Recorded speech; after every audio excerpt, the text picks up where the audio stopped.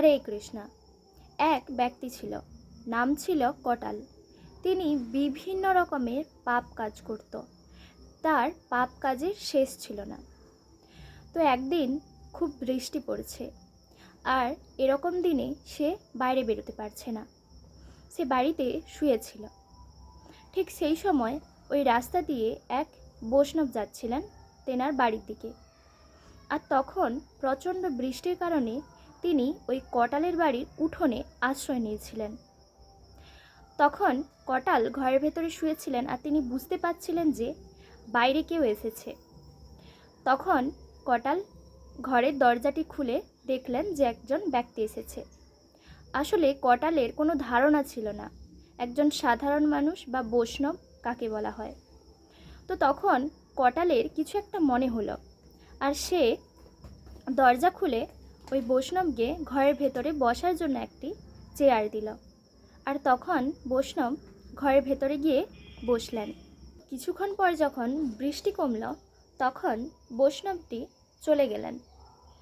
আর এই ঘটনার ঠিক কিছুদিন পর কটালের মৃত্যু হলো।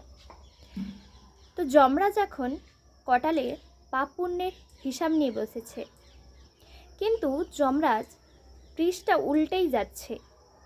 কোথাও কিন্তু তার পুণ্যের লেশ মাত্র নেই, কেবলমাত্র পাপ কার্যে ভর্তি ছিল। ঠিক পৃষ্ঠা লৌটে লৌটে যাচ্ছে, লাস্টের পৃষ্ঠায় তিনি দেখতে পেলেন একটু নীল কালি।